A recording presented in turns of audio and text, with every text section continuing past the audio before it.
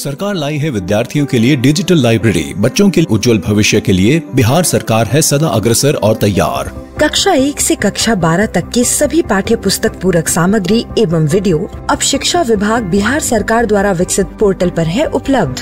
अध्ययन सामग्री देखने के लिए BEPCLOTS.bihar.gov.in पर विजिट करें अथवा एंड्रॉइड मोबाइल पर गूगल प्ले स्टोर से E-LOTS ऐप डाउनलोड करें। शिक्षकों, अभिभावकों एवं बच्चों से अनुरोध है कि इस ई-लाइब्रेरी का अधिक से अधिक लाभ उठाएं और अपनी पढ़ाई जारी रखें। हेलो बच्चों, कैसे हो आप सब? आशा करता हूँ कि आपको हेलो बच्चों, कैसे हो आप सब? एक बार फिर से आप सभी का स्वागत है बिहार सरकार के मेरा दूरदर्शन मेरा विद्यालय कार्यक्रम में।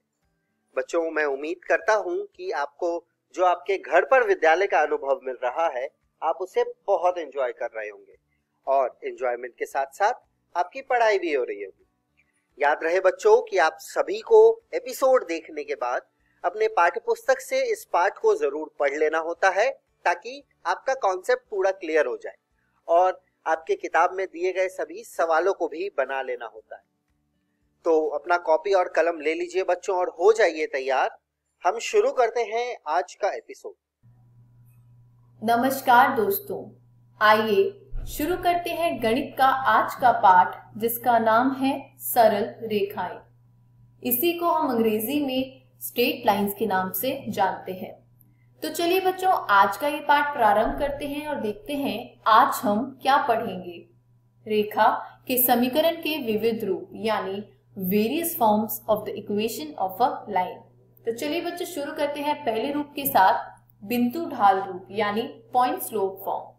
आइए बच्चों इसको समझते हैं। इस आलेख की सहायता से एक रेखा L दी गई है जो दो बिंदुओं से होकर गुजरती है, P जिसके निर्देशांक है x, y और दूसरा बिंदु है P0 जिसके निर्देशांक है x0, y0। ढाल यहाँ पर दे रखी है m। बच्चों आप देख सकते हैं एक बिंदु P0 दिया है और एक ढाल m दी गई है। तो यदि मैं एक समीकरण का रूप देखूं तो होगा y minus y0 is equal to m bracket में गुना किया जा रहा है x माइनस x0 से।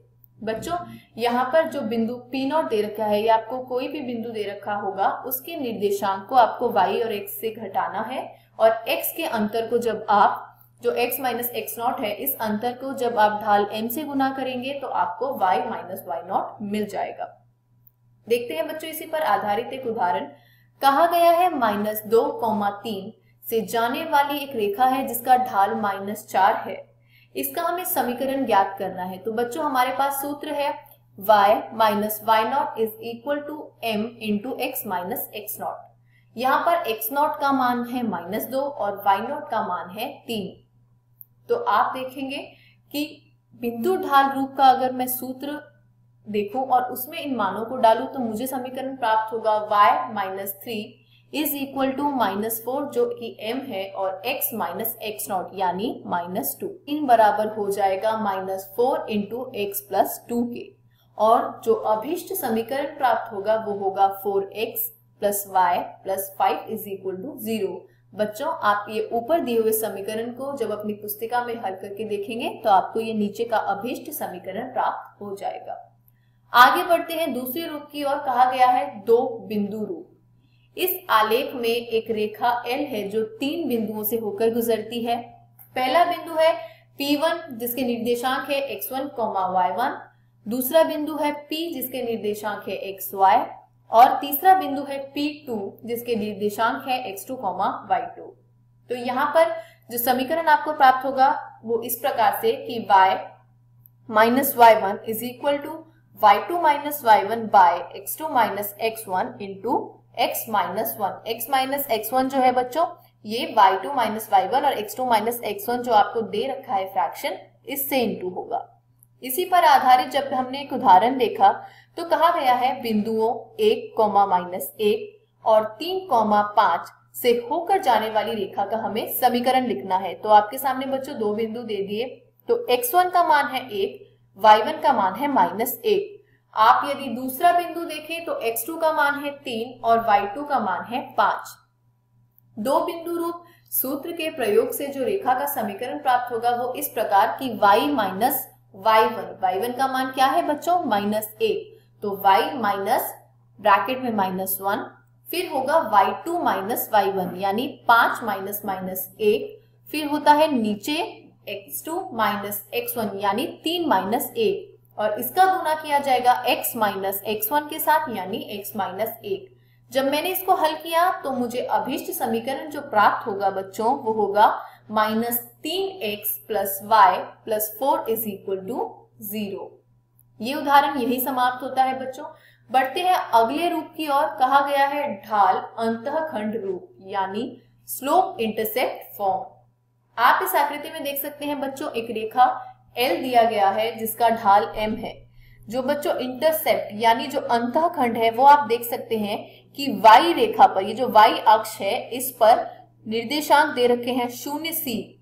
0 का अर्थ है कि x अक्ष पर किसी प्रकार का कोई भी दूरी तय नहीं किया गया है, किंतु y पे अगर आप देखें तो जो आपको मिलेगा वो है c।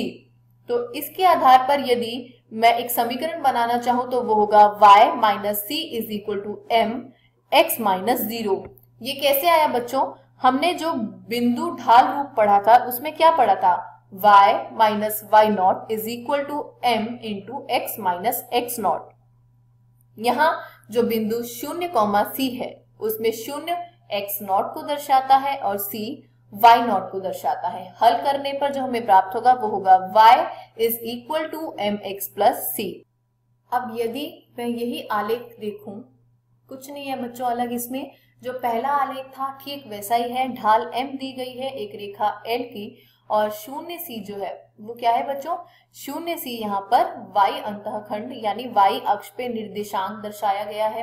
अब यदि एक रेखा इस प्रकार से हो कि वो x अक्ष पर एक बिंदु बनाती है D0, यहाँ पर जो 0 लिखा है उसका अर्थ ये है बच्चों कि y अक्ष पर किसी प्रकार की कोई दूरी तय नहीं की गई है। आगे बढ़े तो हम देखेंगे कि y minus y nought is equal to m into x minus x nought, ये हमारा सूत्र था बिंदु ढाल रूप का। बच्चों यहाँ जो बिंदु दे रखा है उसमें x का मान जो है वो d है और y का मान जो है वह 0 है। तो y नॉट की जगह आप 0 रख देंगे और x नॉट की जगह जब आप d रख देंगे तो आपको प्राप्त होगा y is equal to m into x minus D. इसी पर आधारित बच्चों एक उदाहरण करेंगे। उदाहरण में कहा गया है उन रेखाओं के समीकरण लिखिए जिनके लिए tan थीटा बराबर है 1/2 के। बच्चों हमने पढ़ा था कि ढाल जो m होती है वो बराबर होती है tan थीटा के, यानी 1/2 जो दे रखा है वो ढाल दे रखी है। जहां थीटा रेखा का झुकाव है और y अंतःखंड का मान -3/2 है और x अंतःखंड जो है वो 4 है। आगे जब हमने इसको हल किया तो देखा रेखा की ढाल m बराबर tan थीटा 1/2 है और y अंतःखंड c जो है वो -3/2 है। तो सूत्र में जब हम डालेंगे ढाल अंतःखंड सूत्र, उसमें हम देखेंगे तो हमें समीकरण मिलता है y is equal to 1/2 into x minus 3/2, जो आप इस प्रकार भी लिख सकते हैं 2y minus x plus 3 is equal to 0, जो कि एक अभीष्ट समीकरण है। यहाँ पर अब जो दूसरा प्रश्न दिया गया था उसमें x अंतःखंड की बात की गई थी। ढाल का मान दे रखा है 1/2 और x अंतःखंड जो है वो 4 है। तो ढाल अंतःखंड रूप उपयुक्त जो हमें सूत्र दे रखा था उससे यदि मैं रेखा का समीकरण निकालूं तो मुझे प्राप्त होता है y is equal to 1/2 into x minus 4। इसको आगे हल करेंगे तो मिलेगा 2y minus x plus 4 is equal to 0, जो कि हमारा एक अभीष्ट समीकरण है। अब आगे बढ़े देखें तो हमने देखा दूसरा नया रूप जो है रेखा के समीकरण का वो है अंतःखंड रूप। यहाँ पर किसी बिंदु या ढाल की बात नहीं की गई है, केवल अंतःखंड बताया है। तो आप अपने सामने जो आलेख दे रखा है इसको आप अच्छे से देख सकते हैं। इसमें देखेंगे तो आपको दिखाई दे रहा होगा एक बिंदु 0b और एक बिंदु के निर्देशांक दिखा रहे होंगे a0। तो a0 का अर्थ क्या है बच्चों कि x अक्ष पर a इकाई की दूरी तय की गई है किंतु y अक्ष पर कोई दूरी तय नहीं की गई है। ठीक उसी प्रकार यदि आप बिंदु 0b देखें तो b जो है यहाँ पर वो y अक्ष पर तय की गई दूरी है और 0 ये बताता है कि x अक्ष पर किसी प्रकार की कोई दूरी तय नहीं की गई है। तो जो आपके सामने सूत्र होगा उसका क्या है बच्चों, जब दो बिंदु दे रखे होते हैं तो आपको सूत्र उपयोग में लाना होता है y minus y1 is equal to y2 minus y1 divided by x2 minus x1, और ये फ्रैक्शन इनटू होता है x माइनस x1 से। तो आप अगर बिंदु डालेंगे तो मिलेगा y minus 0 is equal to b minus 0 divided by 0 minus a into x minus a। इसको हल करेंगे तो कुछ इस प्रकार का बच्चों आपको समीकरण मिलेगा x बटे a जमा y बटे b बराबर 1। बच्चों जब आपको प्रश्न दिया रहेगा उसमें आपको केवल अंतःखंड दिए गए होंगे, तो ये जो सूत्र है x बटे a plus y by b is equal to 1, इसमें आप सीधा a और b का मान डालकर प्रश्न को हल कर सकते हैं। जैसे उदाहरण में कहा गया है कि एक रेखा का समीकरण ज्ञात करना है जिसका x और y अंतःखंड जो है वो क्रमशः -3 और 2 है। कुछ नहीं करना बच्चों, समीकरण में केवल a और b का मान डाल देना है, और जब आप इस समीकरण को हल करेंगे तो आपको एक अभिष्ट समीकरण प्राप्त होगा 2x minus 3y plus 6 is equal to 0। चलिए बच्चों आगे बढ़ते हैं, देखते हैं आखिरी रूप यानी लंब रूप, जिसे हम नॉर्मल फॉर्म के नाम से जानते हैं। मूल बिंदु से लांबिक दूरी p और धन x अक्ष तथा लंब के बीच का कोण जो ओमेगा है, इस रेखा का समीकरण क्या होगा, x cos omega plus y sin omega is equal to p। आगे बढ़े तो हमने देखा इसी पर आधारित एक उदाहरण, रेखा का समीकरण ज्ञात करना है जिसकी मूल बिंदु से लांबिक दूरी 4 इकाई है और धन x अक्ष तथा लंब के बीच का कोण 15 डिग्री है। यहाँ हमें p का मान 4 और ओमेगा का मान 15 डिग्री दिया है, तो cos 15 होता है √3 प्लस 1 बटे 2 अंडर रूट 2, और साइन 15 डिग्री होता है √3 माइनस 1 बटा 2 अंडर रूट 2। कुछ नहीं करना है बच्चों, दिए गए सूत्र में केवल आपको ये मान डालना है। जो लंब रूप से हमने रेखा का समीकरण प्राप्त किया था उससे हमें प्राप्त होगा x cos 15 degree plus y sin 15 degree is equal to 4, जिसको हम इस प्रकार लिख सकते हैं, cos 15 डिग्री का मान है √3 जमा 1 बटे 2 under root 2 x plus under root 3 minus 1 बटा 2 under root 2 y is equal to 4। तो यहाँ पर आप यदि समीकरण को हल करें तो होगा √3 plus 1x plus under root 3 minus 1y is equal to 8 under root 2, जो कि हमारा अभिष्ट समीकरण है। इसी के साथ बच्चों जितनी भी आप रेखा के रूप पढ़ सकते थे वो आप सभी पढ़ चुके हैं। इस पर आधारित बहुत सारे प्रश्न आपकी प्रश्नावली में दिए गए हैं। बच्चों घर जाइए, प्रश्नावली में दिए गए प्रश्नों का निरंतर अभ्यास कीजिए। किसी भी प्रकार के संदेह एवं सहायता के लिए हम हमेशा उपलब्ध हैं। धन्यवाद।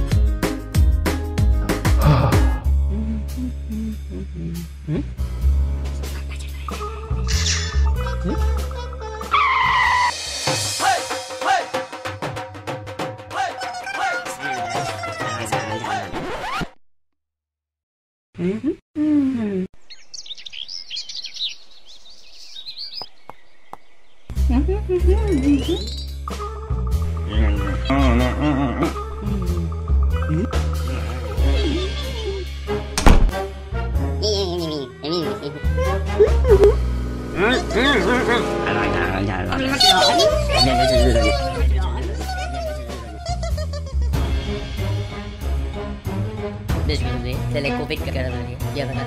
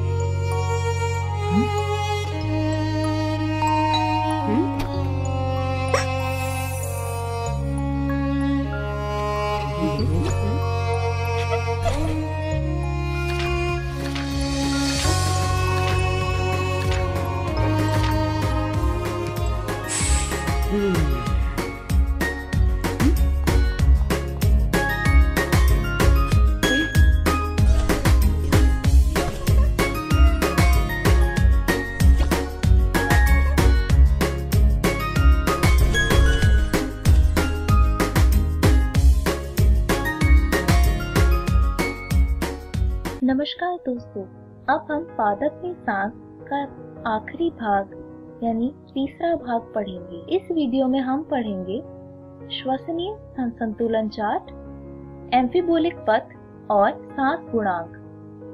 श्वसनीय संतुलन चार्ट प्रत्येक ऑक्सीकृत ग्लूकोज अणु से बनने वाली प्राप्त शुद्ध एटीपी की गणना करना अब संभव है, किंतु वास्तविकता में यह एक सैद्धांतिक अभ्यास ही रह गया है। यह गणना कुछ निश्चित कल्पनाओं के आधार पर ही की जा सकती है।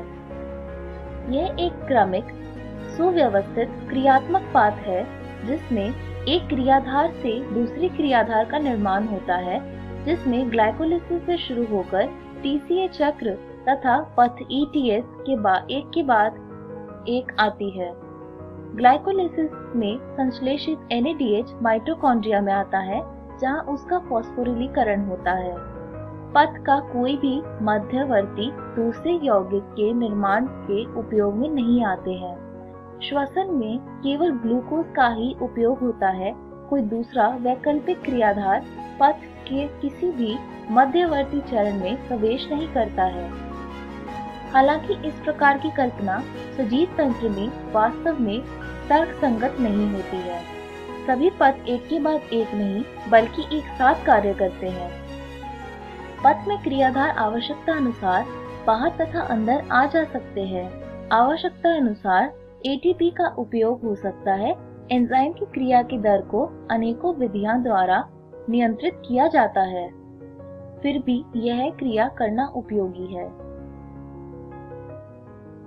क्योंकि सजीव तंत्र में ऊर्जा का निष्कर्षण एवं संग्रहण हेतु इसकी दक्षता सराहनीय है, अतः ऑक्सी श्वसन के दौरान ग्लूकोज के एक अणु से एटीपी के 36 अणुओं की शुद्ध प्राप्ति होती है।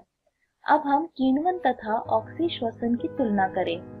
किण्वन में ग्लूकोज का आंशिक विघटन होता है, जबकि ऑक्सी श्वसन में पूर्ण विघटन होता है तथा कार्बन डाइऑक्साइड एवं जल बनते हैं।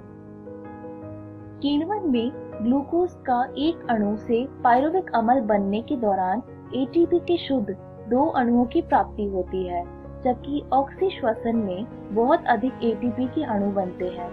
किण्वन में NADH का NAD+ में ऑक्सीकरण मंद गति से होता है, जबकि ऑक्सी श्वसन में यह अभिक्रिया तीव्र गति से होती है। एम्फीबोलिक पथ सांस के लिए ग्लूकोज अनुकूल क्रियाधार है। श्वसन में सभी कार्बोहाइड्रेट उपयोग में लाने से पहले ग्लूकोज में परिवर्तित होते हैं। जैसे कि पहले बताया जा चुका है कि दूसरे क्रियाधार भी सांस में प्रयोग किए जा सकते हैं, किंतु तब वे सांस से पहले चरण में उपयोग नहीं आते हैं। वसा सबसे पहले ग्लिसरॉल तथा वसीय अम्ल में विघटित होता है। यदि वसीय अम्ल सांस के उपयोग में आता है तो वह पहले एसिटाइल सह एंजाइम बनकर पथ में प्रवेश करता है। ग्लिसरॉल पहले PGAL में परिवर्तित होकर श्वसन पथ में प्रवेश करता है। प्रोटीन प्रोटीएज एंजाइम द्वारा विघटित होकर अमीनो अम्ल बनाता है। प्रत्येक अमीनो अम्ल अपनी संरचना के आधार पर क्रेब्स चक्र के अंदर भिन्न चरणों में प्रवेश करती है। चूंकि सांस के दौरान क्रियाधारक टूटते हैं, अतः सांस प्रक्रिया परंपरागत अपचयी प्रक्रिया है और श्वसन पथ श्वसनीय अपचयी पथ है। यह जानना महत्वपूर्ण है कि यौगिक उपरोक्त क्रियाधार बनाने के लिए श्वसनीय पथ से अलग होंगे। अतः पथ में प्रवेश करने से पहले वसा अम्ल जब क्रियाधार के रूप में उपयोग में आते हैं, तो श्वसनीय पथ में उपयोग में आने से पूर्व एसिटाइल कोएंजाइम A में विखंडित हो जाता है। जब जीवधारी को वसा अम्ल का संश्लेषण करना होता है, तो श्वसनीय पथ एसिटाइल कोएंजाइम A अलग हो जाता है। इसलिए वसा अम्ल के संश्लेषण तथा विखंडन के दौरान श्वसनीय पथ का उपयोग होता है। इसी प्रकार से प्रोटीन के संश्लेषण व विखंडन के दौरान भी होता है। इस प्रकार विघटन की प्रक्रिया कम करता है। सजीवों में अपचय कहलाता है तथा संश्लेषण उपचय कहलाता है। चूंकि श्वसनीय पथ में अपचय तथा उपचय दोनों ही होते हैं, इसलिए श्वसनीय पथ को एम्फीबोलिक पथ कहना उचित होगा, न कि उपचयी पथ, क्योंकि ये अपचयी व उपचयी दोनों में भाग लेते हैं। सांस गुणांक। अब सांस के दूसरे पक्ष को देखते हैं। जैसा कि आप जानते हैं कि ऑक्सी श्वसन के दौरान ऑक्सीजन का उपयोग होता है और कार्बन डाइऑक्साइड निकलती है। सांस के दौरान मुक्त हुई कार्बन डाइऑक्साइड तथा उपयोग में लाई गई ऑक्सीजन का अनुपात को सांस गुणांक यानी RQ या श्वसनीय अनुपात कहते हैं और ये कुछ इस प्रकार होता है। सांस गुणांक इज इक्वल टू मुक्त हुई कार्बन डाइऑक्साइड का आयतन जिसे हम भाग करते हैं उपयोग में लाई गई ऑक्सीजन से। सांस गुणांक सांस के दौरान उपयोग में आने वाली श्वसनीय क्रियाधार पर निर्भर करता है। जब कार्बोहाइड्रेट क्रियाधार के रूप में आकर पूर्ण ऑक्सीकृत हो जाता है तो सांस गुणांक 1 होगा, क्योंकि समान मात्रा में कार्बन डाइऑक्साइड व ऑक्सीजन क्रमशः मुक्त होती हैं एवं उपयोग में लाई जाती है, जैसा कि समीकरण में स्पष्ट है। इसमें हम देख सकते हैं C6H12O6 में अगर हम 6 ऑक्सीजन डालें तो 6 कार्बन डाइऑक्साइड और 6 जल के अणु और ऊर्जा प्राप्त होती है। इसका सांस गुणांक 1 होता है। जब वसा सांस में प्रयुक्त होती है तो सांस गुणांक 1 से कम होता है। वसा अम्ल ट्राइपामिटिन के रूप में उपयोग में आता है, तब इसकी गणना निम्नवत होगी। 2 C51H98O6 के मॉलिक्यूल जिसमें हमने 145 ऑक्सीजन के मॉलिक्यूल डाले तो हमें मिले 102 कार्बन डाइऑक्साइड और 98 जल के अणु और ऊर्जा। इसका सांस गुणांक 0.7 है। जब प्रोटीन श्वसनीय क्रियाधार के रूप में प्रयुक्त होता है तब अनुपात 0.9 के लगभग होता है। यहाँ यह जानना अति महत्वपूर्ण है कि सजीवों में श्वसनीय क्रियाधार अक्सर 1 से अधिक होते हैं, किंतु शुद्ध प्रोटीन व वसा श्वसनीय क्रियाधारों के रूप में प्रयुक्त नहीं होते हैं। इस वीडियो में हमने सीखा श्वसनीय संतुलन चार्ट, एम्फीबोलिक पथ और सांस गुणांक, और इसी तरह हमारा यह पाठ समाप्त होता है। धन्यवाद।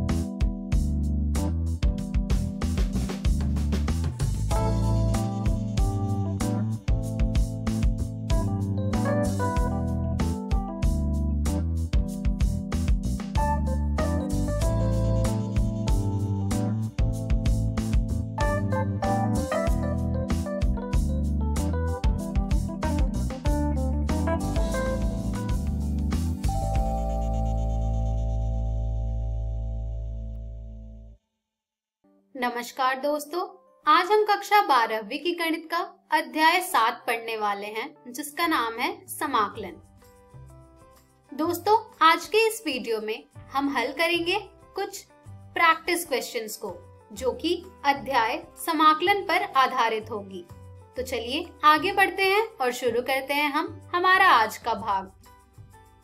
दोस्तों, हमारा पहला प्रश्न है समाकलन x की घात 4 घटा x पूरे की घात 1/4 बटे x की घात 5 dx का मान ज्ञात कीजिए। तो दोस्तों, आइए देखते हैं कि इस प्रकार के प्रश्न को हम कैसे हल करेंगे। तो आइए दोस्तों देखते हैं कि इस प्रश्न को हम कैसे हल करेंगे। दोस्तों, जब हम इस दिए गए प्रश्न में x उभयनिष्ठ लेंगे हमारे अंश में, तो यहाँ पर हमें प्राप्त होगा समाकलन x की घात 4 गुने 1/4 गुने 1 घटा 1 बटे x की घात 3 पूरे की घात 1/4 बटे x की घात 5 dx। यहाँ पर इसे हम पुनः हल करेंगे तो हमें ये प्राप्त हो जाएगा समाकलन x गुने 1 घटा 1 बटे x की घात 3 पूरे की घात 1/4 बटे x की घात 5 dx। जिसे हम और हल करेंगे तो यहाँ से हमें ये प्राप्त हो जाएगा समाकलन 1 घटा 1 बटे x की घात 3 पूरे की घात 1/4/x⁴ dx। दोस्तों अब हम यहाँ पर इसे प्रतिस्थापन विधि के द्वारा हल करेंगे। तो यहाँ पर दोस्तों हम मान ले रहे हैं कि 1/1/x⁴ बराबर है t के।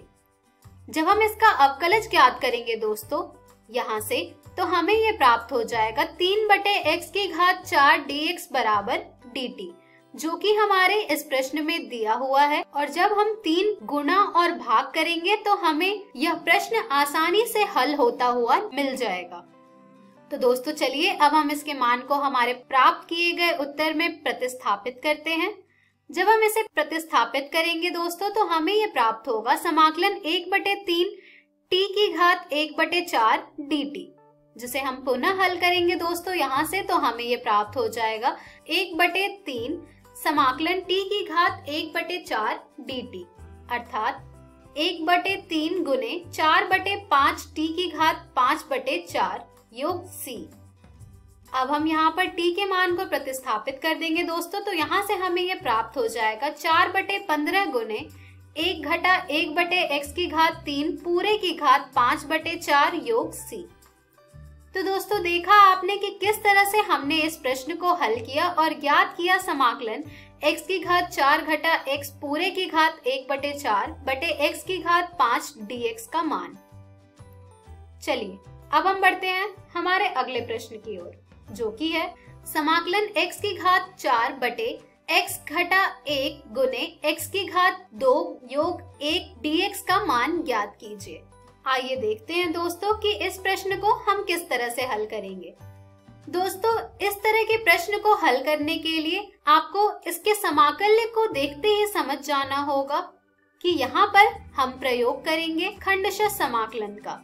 तो आइए शुरुआत करते हैं इस प्रश्न के हल को। दोस्तों हमारे दिए गए समाकल्य को हम कुछ इस प्रकार से भी लिख सकते हैं, जो कि बराबर होगा x⁴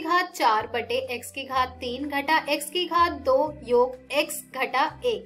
दोस्तों जब हम लॉन्ग डिवीजन मेथड से इसे डिवाइड करेंगे तो हमें ये कुछ इस प्रकार से प्राप्त होता जाएगा कि यहाँ पर हमें हमारा शेषफल प्राप्त होगा 1। तो दोस्तों इस प्राप्त किए गए समाकल्य को हम कुछ इस प्रकार से भी लिख सकते हैं खंडशः समाकलन का प्रयोग करके।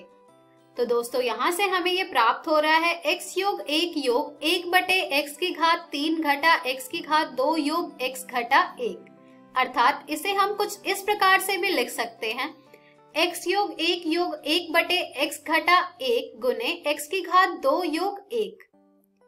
अब हम यहाँ पर प्रयोग करेंगे हमारे खंडशः समाकलन का, जो कि कुछ इस प्रकार से होगा कि हम 1/x⁻1 गुने x⁻2 योग 1 को लिख सकते हैं a/x⁻1 योग bx योग c/x⁻2 योग 1। चलिए दोस्तों अब हम यहाँ पर इसे हल करते हैं और ज्ञात करते हैं a, b और c का मान। तो दोस्तों यहाँ से हमें प्राप्त हो जाएगा कि 1 बराबर है 1 गुने x⁻2 योग 1 योग bx योग c गुने x⁻1। यहाँ से हमें प्राप्त हो जाएगा 1 बराबर 1 गुने x⁻2 योग a योग b गुने x⁻2 घटा bx योग cx घटा c। यहाँ पर हमारा अगला चरण होगा 1 बराबर a योग b गुने x⁻2 योग c घटा b गुने x योग a घटा c। तो दोस्तों यहाँ से हमें ये प्राप्त हो रहा है कि a योग b बराबर है 0 के, c घटा b बराबर है 0 के और a घटा c बराबर है 1 के। चलिए अब हम इन तीनों समीकरण को हल करते हैं और प्राप्त करते हैं a, b और c का मान। तो दोस्तों जब हम इन तीनों समीकरण को हल करेंगे तो हमें यहाँ से ये प्राप्त हो रहा है कि a जो है वो बराबर है घटा b के, c जो है वो b के बराबर है। जब हम यहाँ पर तीसरे समीकरण में a और c के मान को प्रतिस्थापित करेंगे तो यहाँ से हमें ये प्राप्त हो रहा है घटा b बराबर 1, अर्थात घटा 2b बराबर 1, जहाँ से हमें b का मान प्राप्त हो रहा है घटा 1/2। अब जब हमारे पास b का मान आ गया है तो हमारे पास c का मान भी आ जाएगा, क्योंकि b जो है वो हमारा c के बराबर है।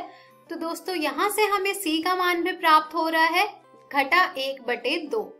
अब जब हमारे पास C और B दोनों का मान आ गया है तो हम A का मान आसानी से प्राप्त कर सकते हैं, जो कि हमें प्राप्त हो रहा है यहाँ पर 1/2। तो दोस्तों अब हमारे पास A, B और C तीनों का मान आ गया है। तो चलिए अब हम इसका मान प्रतिस्थापित करते हैं।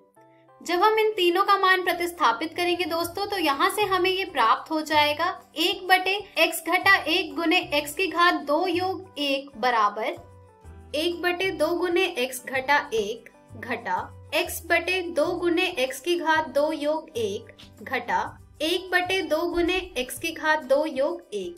इसके बाद जब हम हमारे दिए गए समाकल्य को इस रूप में प्रतिस्थापित करेंगे दोस्तों तो यहाँ से हमें ये प्राप्त हो जाएगा x योग 1 योग 1/2 गुने x घटा 1 घटा x/2 गुने x की घात 2 योग 1 घटा 1/2 गुने x की घात 2 योग 1।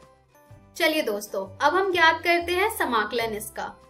तो दोस्तों जब हम इसका समाकलन ज्ञात करेंगे तो यहाँ से हमें प्राप्त हो जाएगा समाकलन x की घात 4/x घटा 1 गुने x की घात 2 योग 1 dx बराबर समाकलन x dx योग समाकलन 1 dx योग समाकलन 1/2 गुने x घटा 1 dx घटा समाकलन x/2 गुने x की घात 2 योग 1 dx घटा समाकलन 1/2 गुने x की घात 2 योग 1 dx, जिसका जब हम एक एक करके समाकलन ज्ञात करेंगे दोस्तों तो यहाँ से हमें हमारे दिए गए प्रश्न का मान हमें प्राप्त होगा कुछ इस प्रकार से, बराबर x की घात 2/2 योग x योग 1/2 लॉग मोड x घटा 1 घटा 1/4 लॉग x की घात 2 योग 1 घटा 1/2 tan प्रतिलोम x योग c।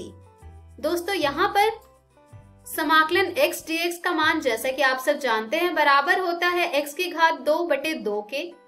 समाकलन 1 dx जैसा कि आप सब जानते हैं बराबर होता है x के।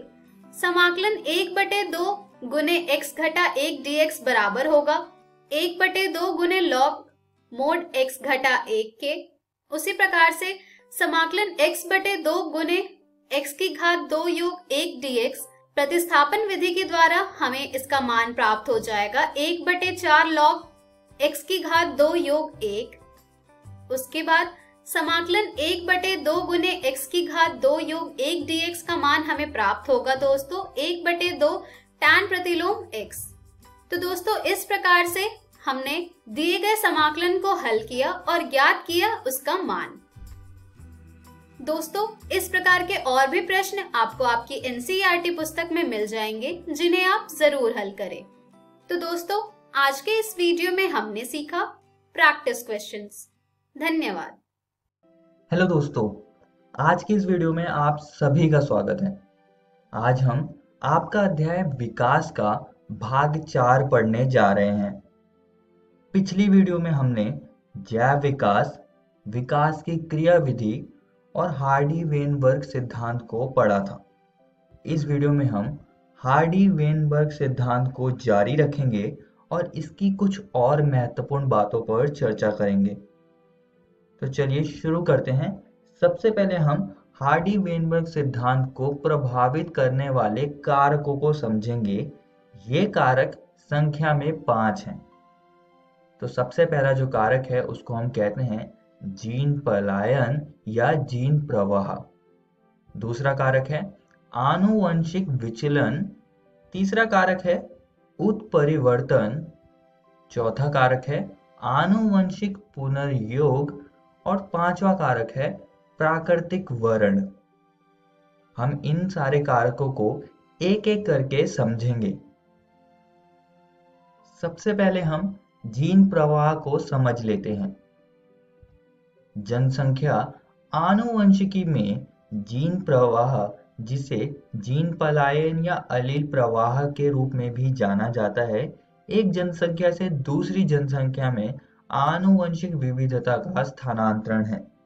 अब अगर आनुवंशिक विविधता एक आबादी से दूसरी आबादी तक पहुंचेगा तब अलील आवृत्तियां भी बदलेंगी, जो कि सीधा हार्डी-वेनबर्ग सिद्धांत पर प्रभाव डालेंगी। अगला कारक है आनुवंशिक विचलन। इसको हम एक उदाहरण से समझेंगे। मान लो ये लड़का साइकिल चलाते हुए रास्ते से जा रहा है। अब इसने अपने आसपास नहीं देखा, लेकिन रोड पर कुछ कीड़े भी थे और इसने कुछ कीड़ों पर गलती से साइकिल चढ़ा दी और उनको कुचल दिया। हाँ, गलती से, जानबूझकर तो ऐसा कोई भी नहीं करेगा। तो यहाँ पर जितने भी कीड़े कुचले गए वो मर गए और कुछ जीवित रहे। अब इस घटना से हम क्या समझते हैं? अब यहाँ पर जो कीड़े इस घटना से जीवित रहे, क्या उनके पास कोई अनोखी शक्तियां थी जिससे कि वे बच गए, या वो वेल अडेप्टेड थे जो कि इस घटना से उन्हें बचा ले गया? तो इसका सीधा सा जवाब है कि कीड़े यहाँ पर जो बचे हैं वो सिर्फ भाग्यशाली थे और उनके पास कोई भी शक्तियां वगैरह नहीं थी। तो ये एक रैंडम घटना थी और जो कीड़े यहाँ पर कुचल दिए गए वो सिर्फ गलत जगह पर गलत जगह पर थे, और यही आनुवंशिक विचलन है। तो ये जो आनुवंशिक विचलन है ये अलील आवृत्तियों को बदल सकता है। दूसरे शब्दों में, अलील आवृत्तियों का भाग्य से बदलना ही आनुवंशिक विचलन कहलाता है। तो इससे भी हार्डी-वेनबर्ग सिद्धांत पर असर होगा। अब दो तरह से आनुवंशिक विचलन हो सकता है। पहला है बॉटलनेक इफेक्ट और दूसरा है संस्थापक प्रवाह। इनको हम एक एक करके समझेंगे। सबसे पहले हम बॉटलनेक इफेक्ट को समझ लेते हैं। पर्यावरणीय घटनाओं या मानव गतिविधियों के कारण जनसंख्या के आकार में तेज कमी आना ही बॉटलनेक इफेक्ट कहलाता है। इस तरह की घटनाओं से जनसंख्या के जीन पूल में विविधता कम हो सकती है। अब इस इफेक्ट को हम बॉटल से याद रखेंगे और इसको हम बॉटल से ही समझेंगे। मान लो हमारे पास एक बॉटल है और इस बॉटल में कुछ टॉफियां पड़ी हुई हैं। ये टॉफी यहाँ पर जनसंख्या का प्रतिनिधित्व कर रही है। अब अगर हम इस बॉटल को हिलाएं तो कुछ टॉफी बाहर आ जाएगी। अब ये इनमें से जो टॉफियां बाहर आई, क्या ये बॉटल की सारी आबादी की आवृत्तियों को दिखा रही है? नहीं ना। तथ्यात्मक रूप से तो ये वाली प्रकार की टॉफी तो बाहर आई भी नहीं, ये पूरी तरह से हट गई थी। तो यह भी भाग्य से हुआ है। इसको थोड़ा और अच्छे से समझने के लिए आइए एक और उदाहरण लेते हैं। ये उदाहरण हम एक प्राकृतिक आपदा जैसे कि जंगल में आग का ले लेते हैं। अब जो उत्तरजीवी होंगे, जरूरी नहीं होगी कि उनके पास योग्यता वाले हों वो, बल्कि वो सिर्फ उस जगह पर होंगे जहां पर आग नहीं लगी होगी। तो उत्तरजीवी मूल आबादी को नहीं दर्शा सकते हैं। इस वजह से नई एलील आवृत्तियां होंगी जो कि उत्तरजीवी जीव दर्शाएंगे, और यही बॉटलनेक इफेक्ट है। और यहां भी अलील आवृत्ति बदल रही है, तो ये सीधा हार्डी-वेनबर्ग सिद्धांत पर असर डालेंगी।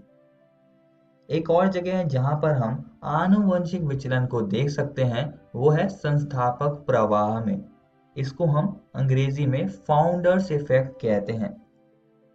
इसको भी हम एक उदाहरण से समझेंगे। मान लो ये बीज कहीं दूर से हवा के बहाव से उड़ते आ रहे हैं और एक नई जगह पर पहुंच गए। वो जगह इनके अंकुरण के लिए बहुत अच्छी थी, तो ये वहां पर विकसित हो जाते हैं। विकसित होकर ये अपनी आबादी बनाते हैं। लेकिन ऐसा जरूरी नहीं है कि ये जो आबादी बनाएंगे ये अपनी मूल आबादी के जैसी होगी या उन्हें दर्शाएंगी। ये सिर्फ एक रैंडम सैंपलिंग थी। यही फाउंडर्स इफेक्ट है, यानी कि संस्थापक प्रवाह है। जब एक या कुछ जनसंख्या के सदस्य अपने मूल स्थल से कुछ दूरी पर एक नई अलग थलग जनसंख्या के संस्थापक बन जाते हैं, इस प्रभाव को संस्थापक प्रवाह कहा जाता है। आइए अब अगले कारक के बारे में पढ़ते हैं जो कि हार्डी-वेनबर्ग सिद्धांत को प्रभावित करता है। ये है उत्परिवर्तन। सूक्ष्म जीवों में किए गए प्रयोग दर्शाते हैं कि जब पूर्व विद्यमान लाभकारी उत्परिवर्तनों का वर्ण होता है तब परिणाम स्वरूप नए फिनोटाइप का आविर्भाव होता है। कुछ पीढ़ियों के बाद यही नव प्रजाति की उत्पत्ति हो जाएगी। अगला कारक है आनुवंशिक पुनर्योग। अब जब युग्मक जनन के समय पर अभिभावकों के गुणसूत्रों पर मौजूद अलील अलग हो जाते हैं और नए संयोजन बनाते हैं तो ये चीज भी हार्डी-वेनबर्ग सिद्धांत को प्रभावित करेगी। पांचवा कारक है प्राकृतिक वर्ण। अब ये कैसे हार्डी-वेनबर्ग सिद्धांत को प्रभावित कर रहा है इसको हम समझेंगे। प्राकृतिक वर्ण वह प्रक्रम है जिससे अधिक जीवन सम वंशानुगत विविधता को जनन के अधिक अवसर मिलते हैं और संतानें अधिक संख्या में उत्पन्न होती हैं। तो प्राकृतिक वर्ण से अलील आवृत्तियों में परिवर्तन आता है जिससे कि हार्डी-वेनबर्ग सिद्धांत पर प्रभाव पड़ेगा। अभी जो प्राकृतिक वर्ण है इसके इफेक्ट तीन प्रकार के हो सकते हैं। पहला है स्थायी कारक वर्ण, दूसरा है दिशात्मक वर्ण और तीसरा है विदारक वर्ण। अब हम इनको एक एक करके समझेंगे। सबसे पहले हम स्थायी कारक वर्ण को समझ लेते हैं। इसको समझने के लिए हम मानवों की ऊंचाई वाली विशेषता का उदाहरण लेंगे जिसमें कि तीन कैरेक्टर्स आते हैं। पहला है बौना, दूसरा है मध्यम ऊंचाई वाले व्यक्ति और तीसरे हैं लंबे व्यक्ति। अब अगर प्रकृति मध्यम ऊंचाई वाले व्यक्तियों का चयन करेगी तब हम ऐसे वर्ण को स्थायी कारक वर्ण कहेंगे और इसमें मीन कैरेक्टर वैल्यू यानी कि मध्यम ऊंचाई वाले व्यक्तियों को चुना जाएगा। पेरिफेरल कैरेक्टर वैल्यू जिसमें कि लंबे और बौने व्यक्ति आते हैं उनको नहीं चुना जाएगा और इसका जो ग्राफ बनेगा उसका शिखर ऊंचा होगा और पतला होगा। अगला है दिशात्मक वर्ण। इसमें भी हम वही उदाहरण लेंगे, मानव की ऊंचाई वाला उदाहरण लेंगे हम। अब अगर प्रकृति मध्यम ऊंचाई वाले व्यक्ति को छोड़कर लंबे या बौने व्यक्तियों में से किसी एक कैरेक्टर को चुनती है तब हम ऐसे वर्ण को दिशात्मक वर्ण कहेंगे। और इस प्रकार के वर्ण में क्या होगा कि अधिक व्यक्ति मीन कैरेक्टर वैल्यू के अलावा यानी कि मध्यम ऊंचाई वाले कैरेक्टर को छोड़कर अन्य वैल्यू को प्राप्त करेंगे जिसमें कि लंबे और बौने व्यक्ति आएंगे, इन दोनों में से कोई एक। और अगर हम इसका ग्राफ देखें तो वो एक तरफ को जाने लगेगा जिस तरफ प्रकृति ने चुना होगा। अगला है विदारक वर्ण। अब अगर प्रकृति मीन कैरेक्टर वैल्यू यानी कि मध्यम ऊंचाई वाले व्यक्तियों को छोड़कर पेरिफेरल कैरेक्टर वैल्यू जिसमें कि दोनों बौने और लंबे व्यक्ति आते हैं उनका अगर चयन करती है तब हम इसे विदारक वर्ण कहते हैं। इसमें हम दोनों पेरिफेरल कैरेक्टर वैल्यू को चुनेंगे और इसका अगर हम ग्राफ देखें तो ग्राफ के दो शिखर होंगे क्योंकि यहाँ पर दो पेरिफेरल कैरेक्टर वैल्यू को प्रकृति ने चुना है। तो ये सारी बातें आप सभी दोस्तों को याद रखनी है और यहाँ पर हमारा हार्डी-वेनबर्ग सिद्धांत खत्म होता है। इस वीडियो में हमने हार्डी-वेनबर्ग सिद्धांत को प्रभावित करने वाले कारकों के बारे में पढ़ा। और दोस्तों मैं आप सभी को एक और बात बताना चाहता हूँ कि आज हमने आपकी किताब का हार्डी-वेनबर्ग सिद्धांत पूरी तरह से खत्म कर लिया है। आप इसको जरूर घर से किताब से पढ़कर आइएगा। अगली वीडियो में हम विकास का संक्षिप्त विवरण और मानव का उद्भव और विकास को समझेंगे। धन्यवाद।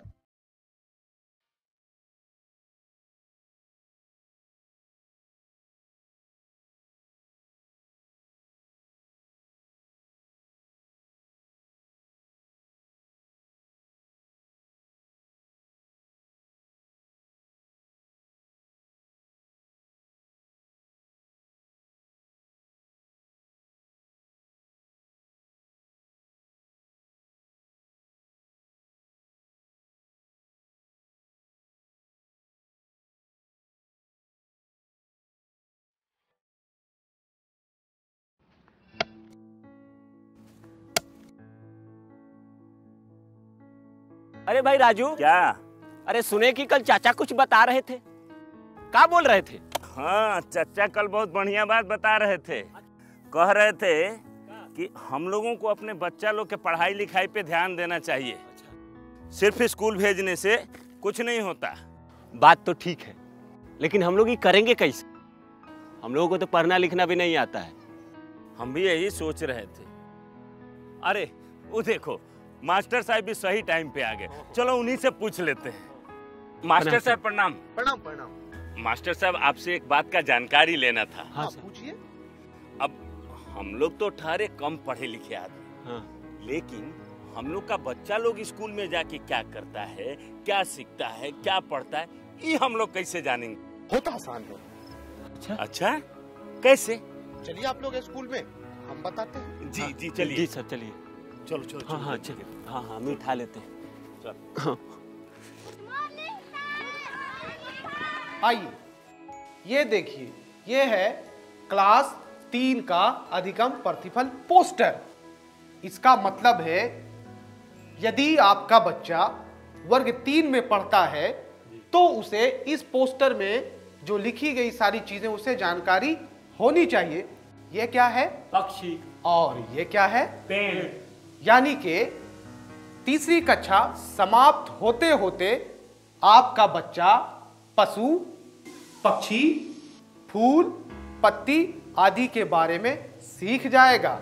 हर क्लास और हर विषय के लिए अधिगम प्रतिफल पोस्टर बनाए गए हैं। आइए कुछ दूसरे तरीके जानते हैं। जी सर। ये देखिए, ये है हमारे बच्चों की कॉपियाँ और ये है सही का निशान। इसका मतलब है कि इस प्रश्न का उत्तर आपके बच्चे ने बिल्कुल सही दिया है। जितना ज़्यादा होंगे ये निशान, उतना बढ़िया सीखा है आपका बच्चा। और ये क्या है? गलत का निशान। हाँ, ये है गलत का निशान और इसका मतलब है आपके बच्चे ने इस प्रश्न में कुछ गलती की होगी। और ये निशान जितना ज़्यादा होगा, आपको अपने बच्चे पे उतना ही ध्यान देने की ज़रूरत है। लेकिन पूरे साल में हमारा बच्चा क्या क्या सीखा, ये कैसे जानेंगे? बिल्कुल जानेंगे। उसके लिए भी हमारे पास कुछ साधन है। उनमें से एक है प्रगति पत्रक। इसके माध्यम से आप घर बैठे जान सकेंगे कि आपका बच्चा पूरे साल में क्या कुछ सीखा। देखिए, ये है 3 स्टार। इसका मतलब होता है सीख चुका है, आपका बच्चा सीख चुका है। और 2 स्टार का मतलब है बच्चा सीख रहा है। और 1 स्टार का मतलब अभी सीखने की आवश्यकता है। जी हाँ। ये तो बहुत आसान है। अब तो हम जैसे बिना पढ़े लिखे लोग भी अपने बच्चों की कॉपी आसानी से जांच कर पाएंगे। बिल्कुल जांच पाएंगे मनोज। हाँ मास्टर साहब, आपने तो बिल्कुल सही बात बताई थी। तो ठीक है, चलते हैं। आज जो आपने हमको बताया है वो हम सबको बताएंगे। आप क्या करेंगे? आइए हम मिलकर अपने बच्चों के भविष्य को एक नई उड़ान दें। आज हम पूछेंगे तो कल ये सीखेंगे।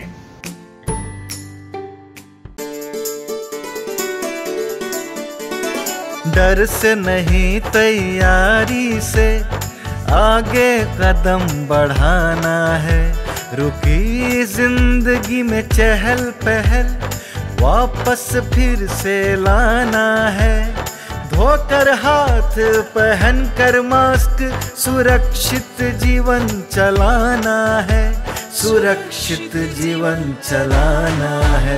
डर कर नहीं, तैयारी से आगे कदम बढ़ाना है। डर कर नहीं, तैयारी से आगे कदम बढ़ाना है। रखेंगे 2 गज की दूरी, सबको पौष्टिक आहार खिलाएंगे। बच्चों और बूढ़ों का करेंगे ख्याल। रोगी नहीं, रोग से लड़ कोरोना को हराएंगे। स्वास्थ्य केंद्र फिर से खुल गए, जिनका लाभ उठाना है। रुकी जिंदगी में चहल पहल वापस फिर से लाना है। धोकर हाथ पहन कर मास्क सुरक्षित जीवन चलाना है। सुरक्षित जीवन चलाना है। डर कर नहीं तैयारी से आगे कदम बढ़ाना है। डर कर नहीं तैयारी से आगे कदम बढ़ाना है। टीकाकरण की शुरुआत हो गई है, पर पहले की तरह हमें मास्क लगाना और 2 गज की दूरी बनाए रखना अभी भी जरूरी है। स्वास्थ्य विभाग और सूचना एवं जनसंपर्क विभाग बिहार सरकार द्वारा जनहित में जारी। जीतेगा बिहार। सरकार लाई है विद्यार्थियों के लिए डिजिटल लाइब्रेरी। बच्चों के उज्जवल भविष्य के लिए बिहार सरकार है सदा अग्रसर और तैयार। कक्षा 1 से कक्षा 12 तक की सभी पाठ्य पुस्तक पूरक सामग्री एवं वीडियो अब शिक्षा विभाग बिहार सरकार द्वारा विकसित पोर्टल पर है उपलब्ध। अध्ययन सामग्री देखने के लिए BEPCLots.bihar.gov.in पर विजिट करें अथवा एंड्रॉइड मोबाइल पर गूगल प्ले स्टोर से E-Lots ऐप डाउनलोड करें। शिक्षकों, अभिभावकों एवं बच्चों से अनुरोध है कि इस ई लाइब्रेरी का अधिक से अधिक लाभ उठाएं और अपनी पढ़ाई जारी रखें।